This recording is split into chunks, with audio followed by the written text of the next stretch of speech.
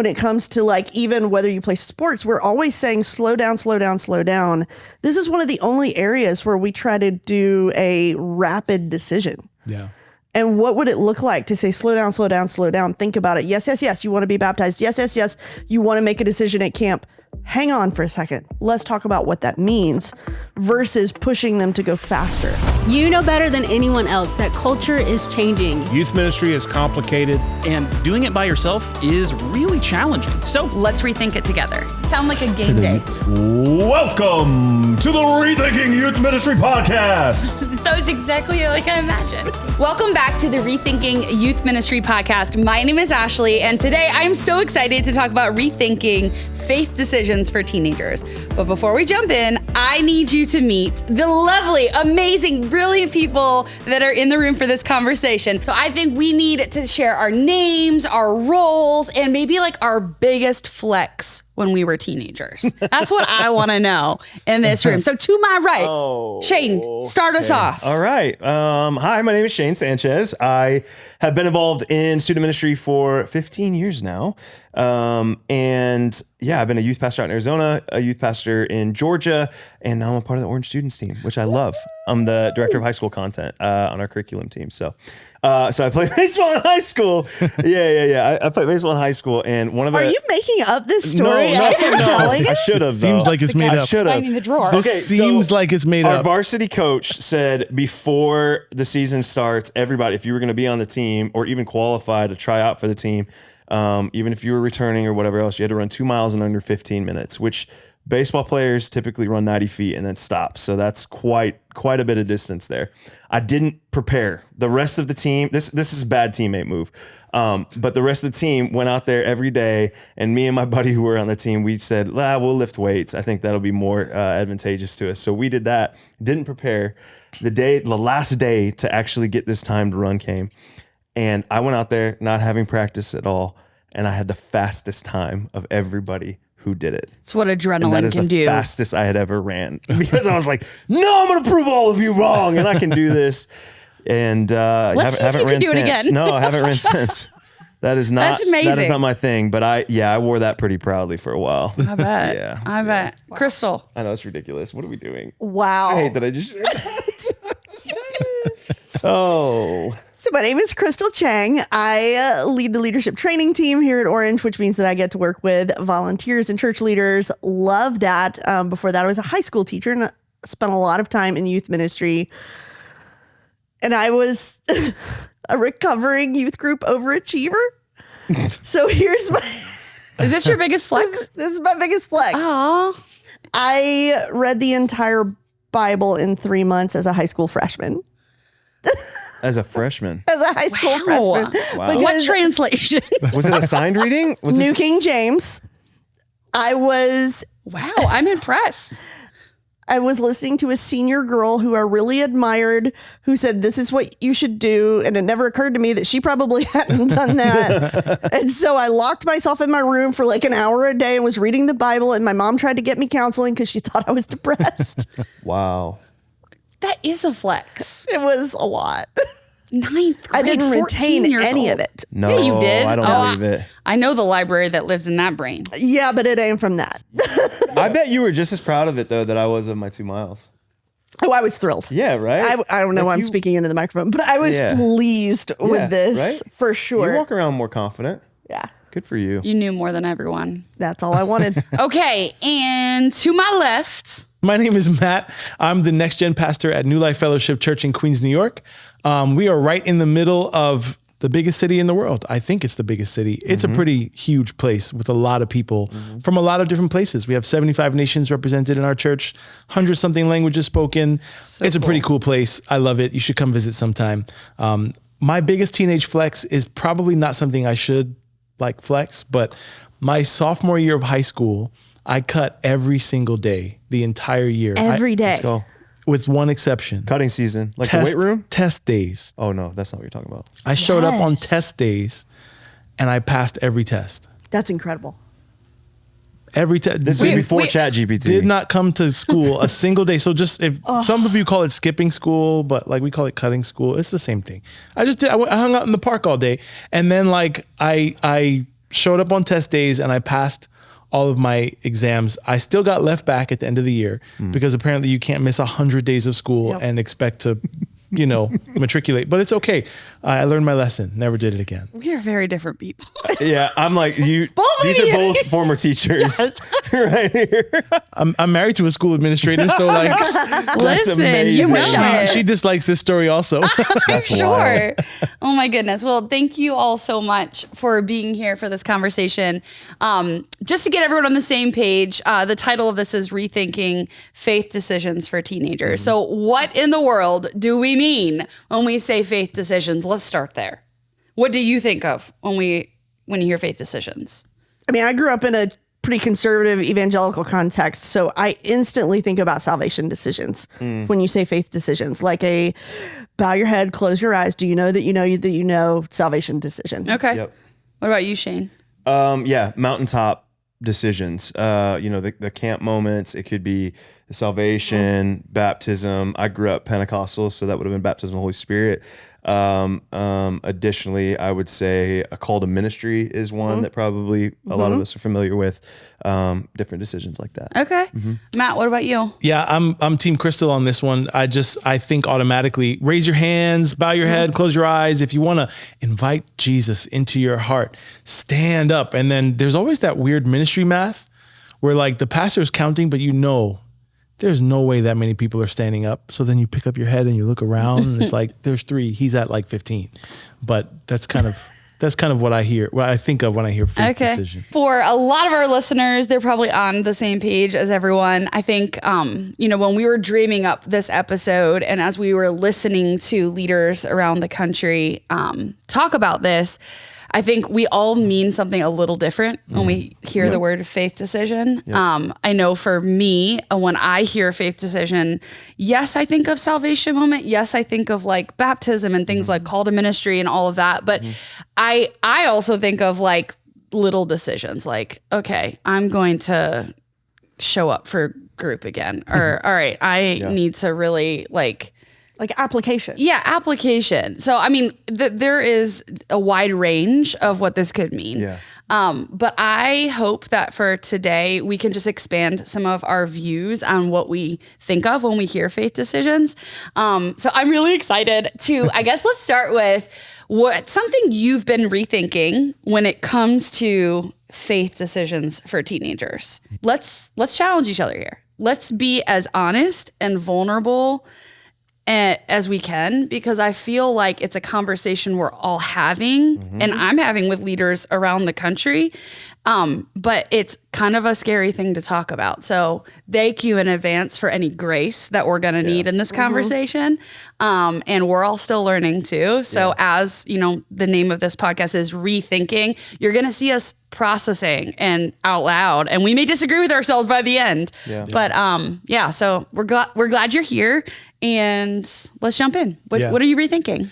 So, I mean, for me, and maybe this is like a hot take, but I think it's using faith decisions as a measure of ministry success. Yep. When really, in my view, I think we should be using discipleship as the measure of what a successful ministry is. But it's like, we want to bring teenagers to this point where they're making a decision about something in their faith. And then it's like, I've done my job. Like, we're good. Let me move on to the next kid or the next group of kids. When in fact, that's just the beginning of what should be an entire set of things. Like, what if we use the word like catechism? Oh my gosh. And brought back a formal process of discipling teenagers and taking them on a journey of their faith. So it's not just like, oh, I'm celebrating this one-time decision and then moving on to the next thing. I'm celebrating the beginning of what's a long journey, a long process that I'm going to walk with you to actually disciple you and maybe, do what Jesus said, make disciples. Yeah. I like your hot take. Before we even jump to what you're rethinking, I want to give you a chance to respond to what he just shared. So I was smiling because I think probably some of our mainline and liturgical listeners are like, yeah, no kidding. Told you so. That's what we've been saying. Yeah. So give us some grace for those of us who come from a context where this is a one-time decision with a lot of pressure on it. I was thinking about that this morning and how in every other part of a teenager's life, we encourage them to slow down decision making because we know that they're high risk takers and we know that they're going to make some reckless decisions or some decisions that they haven't fully thought through. So when it comes to dating, when it comes to where you're going to go to college, or if you're going to go to college, when it comes to like even whether you play sports, we're always saying slow down, slow down, slow down. This is one of the only areas where we try to do a rapid decision. Yeah. And what would it look like to say, slow down, slow down, slow down. Think about it. Yes, yes, yes. You want to be baptized. Yes, yes, yes. You want to make a decision at camp. Hang on for a second. Let's talk about what that means versus pushing them to go faster. Yeah. Yep. Yeah, that's so good. I feel like everything you're saying resonates with what I've been rethinking too. I would say I probably lean more toward less momentary decisions and more processes in ministry.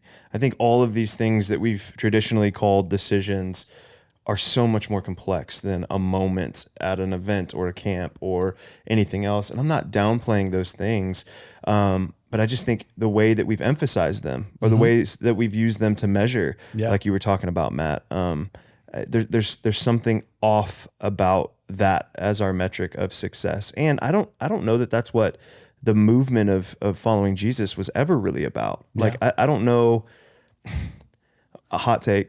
I love this. We're doing this for this. You want us to be in a New York state of mind. That's what you want. Be direct. Let's be honest. Let's be real. We're going to do it for Matt. What I would say is I sometimes wonder if the decisions that we push for are more for us than they are for the students. Like, truly. I do. And again, I don't know everybody's heart. I can't assume everything, but I think I've been guilty of that because we have things to report. We want to be able to post how many salvations took place at the big event that we spent a lot of time and energy and money planning for. Yep. But what is the process of salvation? What does the process of sanctification actually look like in the student's life? And if we aren't as intentional and we don't carry the weight of that as much as we do these momentary decisions, I think we might be missing the mark. I love that, Shane. That's so good. Crystal, what about you? What have you been rethinking?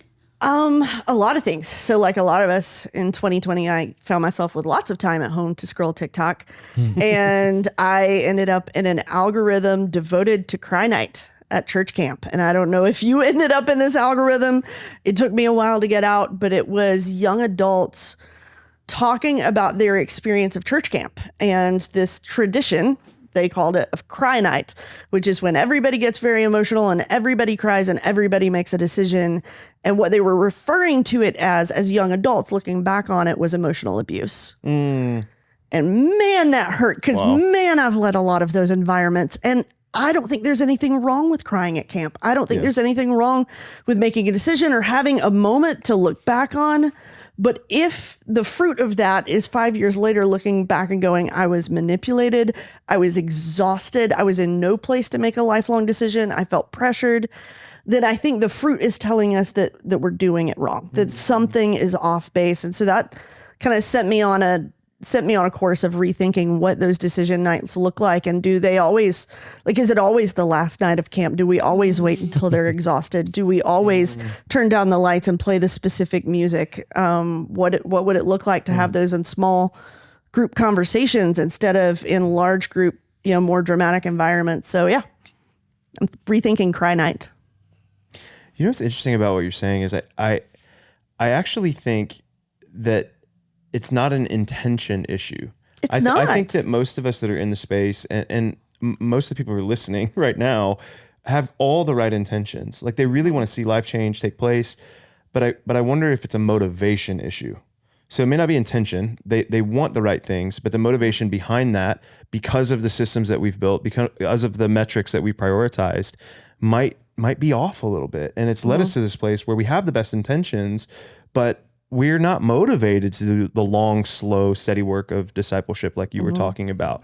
We're more motivated for those types of moments that, Crystal, you were mentioning. And it becomes an expectation issue because when those moments happen at camp and everybody talks about it later as this dramatic, life-changing thing where everybody cried, there are more kids who will sign up to go do that thing next year. Yeah.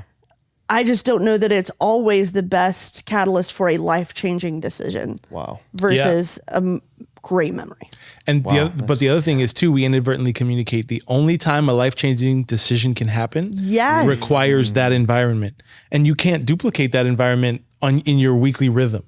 Like when you do a Cry Friday, like what, you're not doing that. You're just going through your normal programming.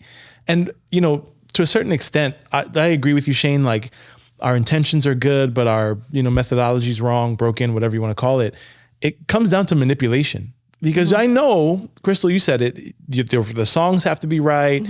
We're naming it. I've never been part of a cry night. Like, it's just not how I grew up doing church. Yeah. Would you like to be? No. We can do it right now. I've had enough cry nights over like girls dumping me, getting left back, like all that stuff. I cried. I'm good. But I think if we know people will respond a particular way and we can get them to do something based on that response, like that's manipulation. Like you're forcing a response out of them that they may not have any other way.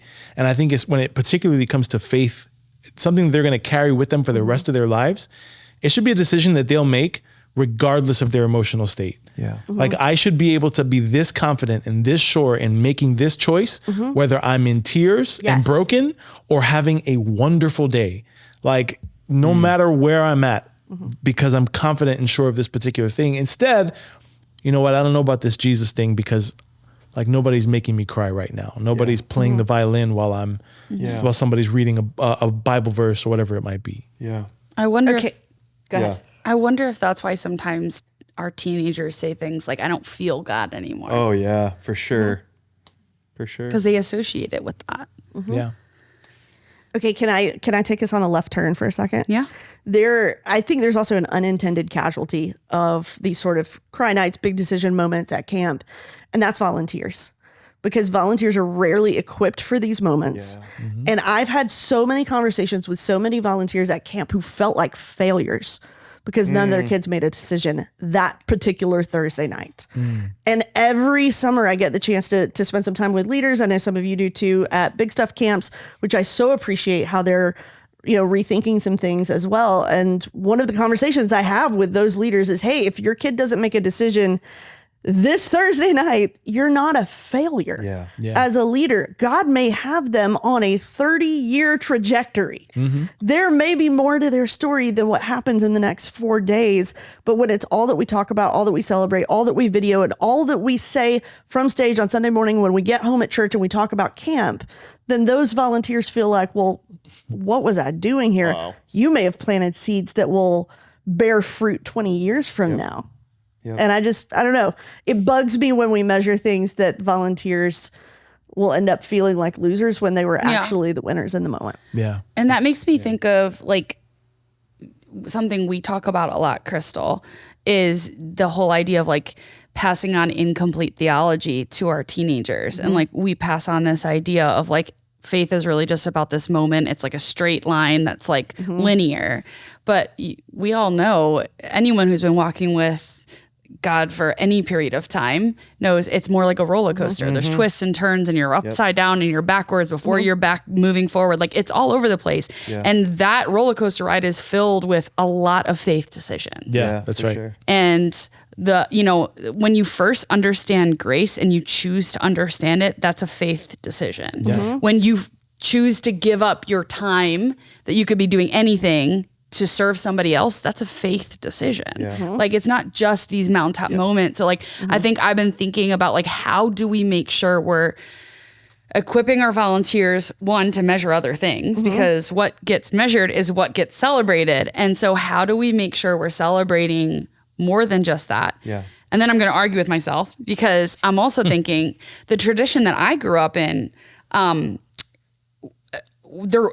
had never heard of a decision night. Interesting. I never, like my family, I grew up in a family of faith. I knew all about God. I was like a professional stalker. I knew about God and the stories of God, but I didn't know Jesus personally. I didn't know I was supposed to. And so I did the things that I was supposed to do at church no one ever asked me like outside of my family like to make a decision. So like I'm thinking, and I wasn't in any kind of like faith community outside of my family. Yeah. So I'm like, it's not like I had a small group leader who would have walked through some of that with me. And so I'm like, okay, well maybe like when I finally went to my first church camp, and it was a summer, 2 weeks in Colorado, it was beautiful. And it was the first time I was ever around people my age who were not my family, who loved Jesus. And they didn't even do a faith decision night there.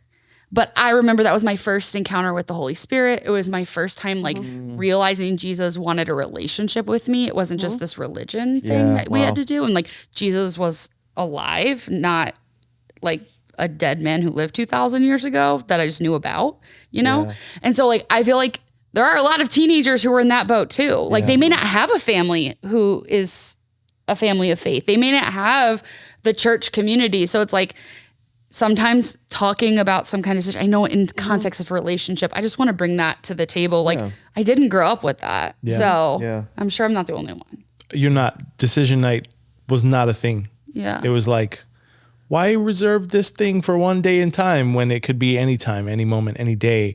And again, it says this particular thing is not more important than what we do every week. Yeah. So we say all the time, like, oh, you know, we encounter God more in the valley than we do on the mountaintop. And these camp settings, retreats, whatever you want to call them, can oftentimes feel like these mountaintop experiences.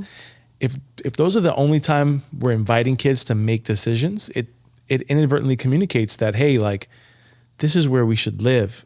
And to your point from before about the roller coaster, the reality, our faith has ebbs and flows. Yeah. There's seasons when God feels close and near, and there's seasons when I'm wondering, yo, God, where you at? Like, what's going on? Yeah. And I mean, I just, like, decision night was not something I would, if I would have seen that as a teenager, I'd be like, what are you making me decide? Like, what am I deciding that I can't? The rest of your eternity. That's it. Like, exactly. No pressure. Like, no pressure. And like when you have a decision night, right? Which I understand the importance of a decision night. Thank you again for the grace as we have this conversation. But like, what about for the kids who've already made that decision? Like, what about them? Yeah. Yeah. I have such conflicting feelings about this whole conversation. And one reason is I have a very clear memory of deciding to follow Jesus as a very young kid. And I understood the decision that I was making, and I understood the gravity of the decision that I was making. So I think that happens. I also had no idea what to do next, like you're saying. And I don't know that we always have a follow-up plan as solid as our presentation plan. Yeah. Oh, that's and what would it look like for us to make our follow-up as solid and as strong as our invitations? Because, you know, as much as I feel like in some ways we're beating up on the decision night, in some ways there's also value in giving kids a strong core memory to go back to, this sort of, you know, biblical tradition of raising an Ebenezer, of having this altar moment to go back to and remember what God did there. But if we don't have a way to follow up with that and to apply that later, what are we doing? Mm-hmm. Yeah. I was always envious of people growing up who could tell me their spiritual birthday. Like, I got saved on X date at X June time. June 6th, 1991. July 25th, 2001. Boom. That's yours? Yeah. June 6th, 1991. Wow. Sometime in my life when I was 14. Like, that's as specific as I can You get. gotta pick one? Like, Unclear for me. That's it. Like, and which time? Yeah, I feel that. Like, which time was the time that I meant it? Which time was the time that counted? Versus like all the other times that maybe like, this is not real. Yeah, I gave my life to Christ every single week because, I mean, it was fire insurance for one, because I'm thinking, gosh, if I make my decision at church this Sunday morning, but then, you know, we get in a car wreck and I cuss, you know, as we're heading to the ditch, I'm done for. So I had to make sure it took by every week. Like, hey, how were you this week? I'm like, well, I got some sins, you know, I got some stuff we could talk about, but I just raised my hand because I'm like, I got to make that decision to make sure that I'm okay. I think, there's so much in this conversation, I think, like as to what you were saying, Crystal, and there's a part of this conversation that is, I think, the leaders who are listening and going, okay, but I've been a part of that for a really long time. Yeah. And that was in this whole conversation. Like, I even personally feel that tension now because I'm still working through that of like, but I've done that, but I've led the decision nights. I've had the moments. I didn't intend to do anything that was, focused on just a moment and not the longer movement. I do think, and we could talk about this maybe whenever, but I do think that there's a part of this that is, okay, but what now? Yeah. Because now I'm left here in the wake of that. And I don't know, like, man, I hope, a student doesn't grow up in 20 years and tell the story about the camp that we put on. Yeah. You know what I mean? Like, I think that those are real things. And it's like it's part of this journey of rethinking. And it's something that I think I've been wrestling with, specifically around like the environments and the music and like the emotion of those moments. And I'm like, gosh, we intended good things, but now we're sitting and we're going, maybe that wasn't what was best. I feel that personally. And I would imagine that some of our listeners do too. So I'm just curious, like maybe I'm just kind of throwing that out before we move too far into it. Yeah. Just to get your all's thoughts.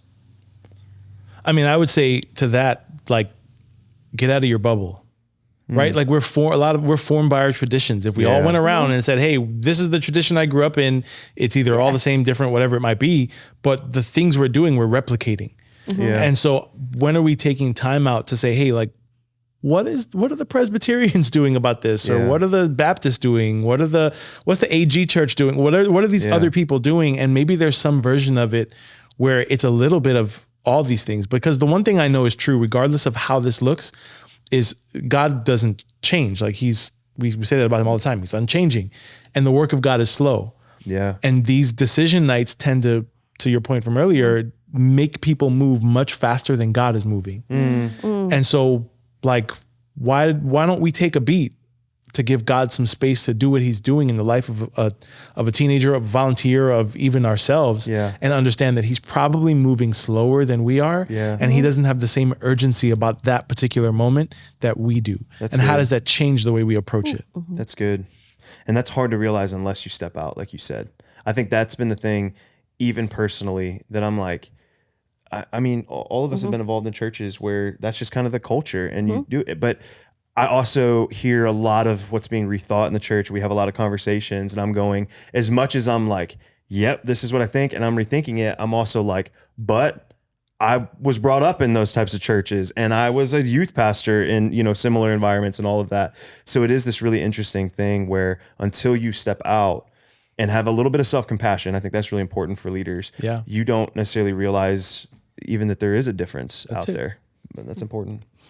I will say, as a forever church volunteer, one thing I have appreciated about some of the churches where I've served more recently is they have handed that decision moment to me. Yeah. And I love that, not just because I love leading kids to a relationship with Jesus, which I do.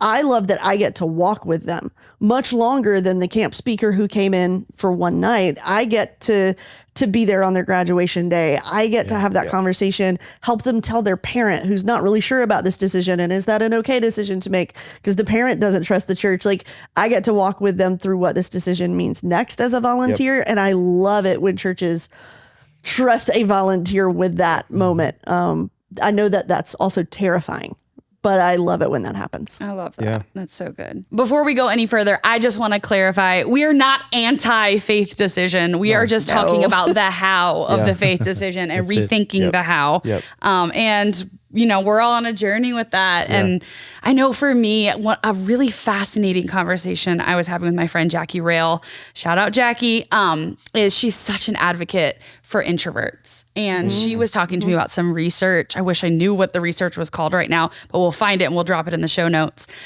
Research on like introverts need a full 24 hours to process information before they can make a decision and feel ready to make a decision. I'm like, just that alone. I'm like, Yes. y'all, we got to do better because people need time to process a decision like this. Yes. So I thought that was fascinating. That speaks to what Crystal just raised, which is the small group leader. The small group leader is the one who's going to be there 24 hours later and available for conversation. I love that you brought that up. I think it's so important that in the latter years in the ministries that I led, that's what we moved toward. That's all we would do. I mean, we're not going to have a moment from stage. I'm not going to necessarily do a hand raise thing. Every once in a while, if they had a conversation with a small group leader, maybe in the next night session at camp or whatever, we would acknowledge the conversation that they had or the step that they wanted to take or whatever. But it was always back to the small group leader because that's who's shepherding and pastoring them, depending on your context. So I can't emphasize what you said enough. I think it's so important. I like what you also said about involving the parent. Please tell me so many things you like that I said. I like everything that you said. Always. Crystal, you're amazing. Welcome to the Crystal Chang This Show. is great. All the trophies. But you mentioned the parent involvement in that decision. Let's unpack that a little bit more. I mean, going back to like 9-year-old Crystal, I remember the moment I decided to follow Jesus in a church Sunday school room. And as I was praying the prayer, somebody went and got my mom. And I remember being a little kid thinking, why would they do that? That's so humiliating. But that church volunteer understood that the person going home with me that night, who was going to talk about it with me that night, who was going to raise me for the rest of my life, was my mom. And I am so grateful that she got the chance to be there and I got the chance to connect her to a core memory. And as a leader, there's been so many times where I've been having conversations with kids about the rest of their life. This decision you make that may affect every other decision, or this decision to be baptized that may affect later life decisions. And their parent wasn't there. And I just think, what does that feel like to that parent for me to have such a significant conversation with their child and never have a conversation with them? Gosh. I'm going to welcome to a brand new segment called Shane's Soapbox, based on what Crystal Chang just said. I got to say, you brought up baptism, and I feel so strongly about that decision when it comes to parents. I know that some, maybe many people are going to disagree with what I'm about to say, but I'm okay with that. I think we need to stop baptizing teenagers without first talking to their parents. Yes. And the reason why I believe that is as time has progressed, more and more of the parents who are connected to the student ministries that we lead are unchurched, dechurched nuns, millennials, who have a completely different paradigm or context for what baptism is, or may not have any connection to it at all. Yeah. But we've hopefully walked a student through a baptism class or had a conversation about what baptism is. They understand it and explain it. And then we have a moment like baptism and send them back to their potentially unchurched, totally disconnected from that baptism parent. And it's like, what did you just do? Like, what just happened? What was this moment for my kid? What does this mean? Are they in a cult now? Like, I mean, I've heard it all, like all of those different things. And I just feel so strongly of like, I know those moments can be powerful and big and all of that, but is it worth alienating the potential relationship with a family, an entire family, for a moment at camp? I don't know. Again, I know that some people are going to disagree with that, and I'm okay with that. I think I welcome, I think that's an important conversation to have, but I just can't. I don't know. I have a hard time finding a scenario where I prefer that. Okay, can I tell you what happened in one of my groups? Yeah. So this girl in my group, she decides to follow Jesus. She decides that she wants to be baptized. I said, great. Obviously, we need to have a conversation with your mom. She says, we cannot do that. She will hate this. She's against this. And I was like, okay, tell me more. And she said she's against everything Christian. And I was like, wow, we have a lot of conversations that we need to have. Can I just call her? And the girl's like, yeah, but you're not going to get anywhere. So I called the mom, and shockingly, her 15-year-old daughter misrepresented her. And this mom is not against all things Christian, but she does have some concerns about the baptism. And I said, yeah, I totally get that. Tell me more, tell me more about your concerns. And I had already made up in my mind what this mom thought. I had already decided what her fears were. I had already made some assumptions about her. All of it was wrong. And she says, okay, so are you telling me that we have to go back to Germany? That was the next line she says to me. And I said, what are we talking about? And she said, well, my daughter's birth certificate is in Germany. She was born there. And I was like, what are we talking about?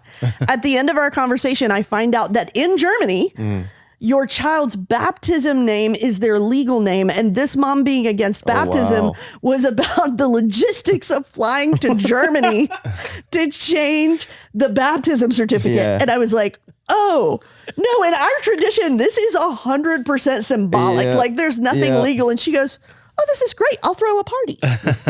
She I throws a party for the whole small group to come over and celebrate the baptism. Her whole family comes to the baptism.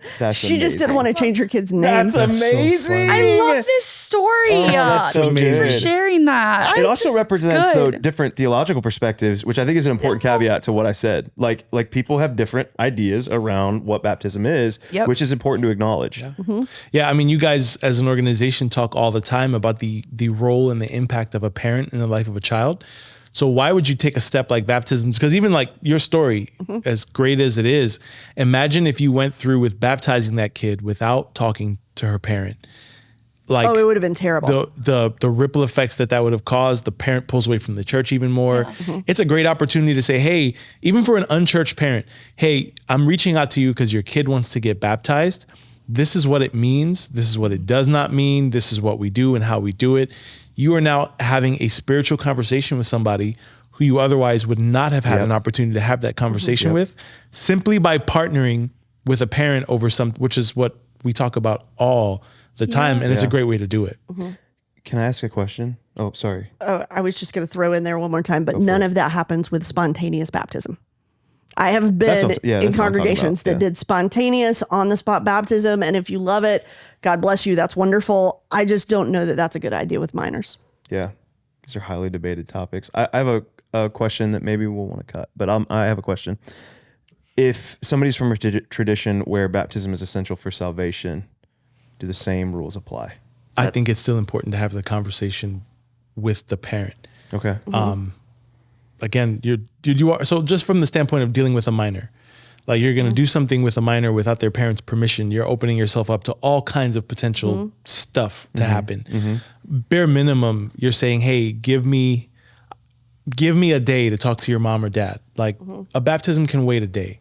That's good. Like, I know no one knows the hour. I get it. I get all of that. I understand. But you're just doing your due diligence of saying it's so important. Your faith journey, your parent is so important in your faith journey that having a conversation with them is so important that it needs to happen before I'm willing to take this step with you. Again, just because of the role that they play in influencing the life of that child. It's great.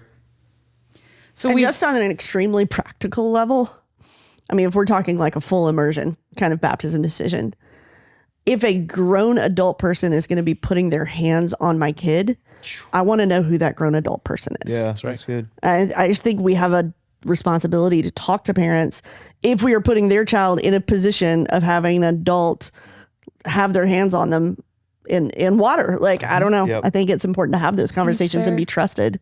Yeah. It feels like we're just saying be intentional. Yeah. Like don't just baptize. Like don't just do it for a moment or for a decision, for whatever the motivation might be in that. Be intentional and strategic about these important steps. Yeah. So we've thrown a lot of things we are rethinking. We've challenged a lot of things in this space. I want to talk now about what are some creative ways we can help teenagers make faith decisions?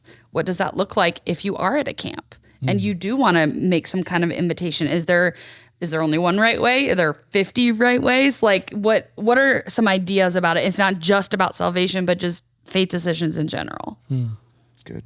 I mean, I love when I see camps or youth ministries expand the definition of faith decision. So it's not just a salvation decision we're talking about in the room, but for some of you, that's a decision. Our favorite phrase is for some of you.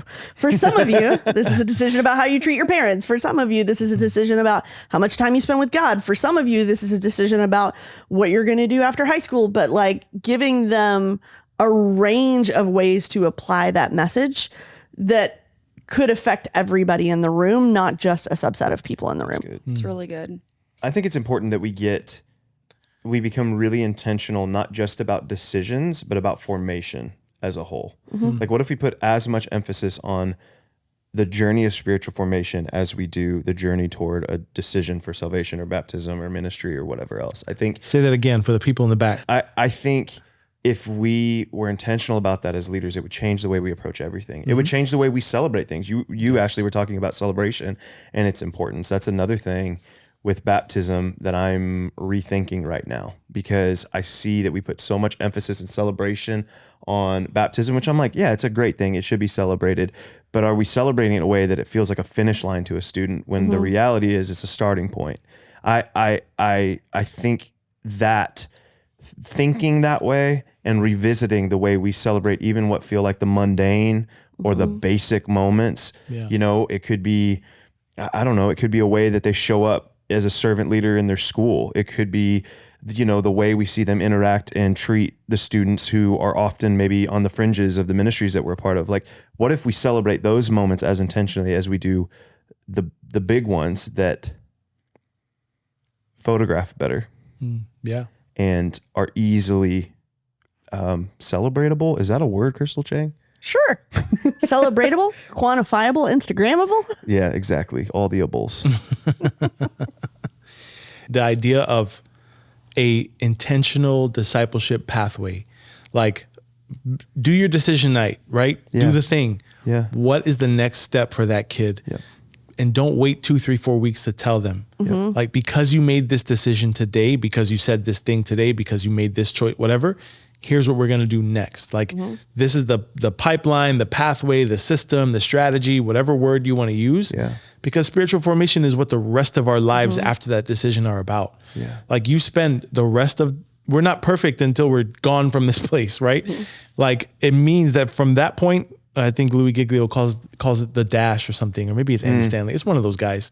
It's been attributed to literally all of them. Yeah, I think every pastor everywhere. Stuart Hall said it. They all say the thing about the dash. That space between those things matters. And we spend that time being formed more and more into the image of God, into the image of Christ.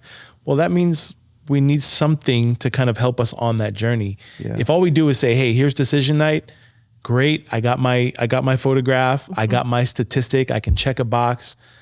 And then we back away from them. We're not setting them up to succeed long-term. And that's why when you look at just statistics and data of what happens after youth ministry, when kids graduate, their faith stays in youth group and they go do whatever they're going to do next. Yeah. I think if we do a better job of being intentional around spiritual formation in particular, you set up people who can have a faith that thrives into their adult life. There's this local youth group here in Atlanta that I still think about. I interacted with them a decade ago, and I think about their students all the time because at the time I was a local high school Spanish teacher and I was teaching an accelerated Spanish course. It was Spanish 3 and 4 combined into a year, and it was an accelerated track. And over the course of a couple of years, my course exploded. There were a ton of students in this class that, to be honest, like I didn't expect to sign up for this class. This was Nerd 101, and these were not the nerds. I couldn't figure out why they were signing up for this class. They weren't even that good at Spanish, and they were taking this accelerated course. So finally, I asked a few of them, like, hey, what made you sign up for this really weird class? And several of them started to tell me about their youth group. And their youth ministry had been really intentional about teaching them about service and about going to a specific area of our town that was underserved, that was mostly Spanish-speaking families whose children needed tutors, and said you cannot tutor the kid without partnering with a parent. And these high schoolers were so transformed by their service experience and their commitment to Jesus that they were willing to sign up for this ridiculously hard class and give up 2 slots in their high school schedule. And I kept thinking to myself, that is discipleship. That's the decision I want you to make, not just one time at camp, but what's going to cause you to interrupt and rearrange your whole schedule as a high schooler. Shout out to that youth pastor. I don't know where they went, but that's awesome. Incredible. Yeah. I'm like, you got me emotional over here. That's seriously. Just like, I mean, that's it. Like, Matt, I've heard you talk about low and slow. I feel like what you're describing, Crystal, is a little bit of what, like, we've had this conversation outside of, sitting down right now. It's this less flashy, quieter, slower moving, probably less decision highlight reel type ministry that actually bears fruit. I think it'd be interesting for you to talk about that as it connects to what we're talking about. Oh yeah. I mean, it goes back to what I had said earlier about the idea that the work of God is slow and we're kind of looking to move fast because it's measurable, because it looks good, it's Instagrammable, and all those things. But what if we just taught kids how to slow down to actually be with God? Because at the end of the day, that's what we want. We want them to have a lifetime of being with God, which means that we have to take all of the emphasis off of a moment with God. Yeah. Because that's what decision night is all about. Like, hey, I'm encouraging you in this moment right now to make a choice that will impact the rest of your life, which I'm not going to tell you how it's going to impact the rest of your life, because the only thing I'm actually interested in at this moment is this moment. And what God is saying is that moment actually impacts, I know we made a joke about it before, that impacts eternity. Yeah. And so it means that we have a responsibility to help set them up to say, hey, like, this is what it's really like to follow Jesus. This is what it's really like to live a life for and with God. And so we need to turn up the volume a little bit, so to speak, on the idea of slowing down to have meaningful connection and meaningful relationship with God. And you're typically not going to do that with all that emphasis on, like, who wants to raise their hand? Yeah. That's so good.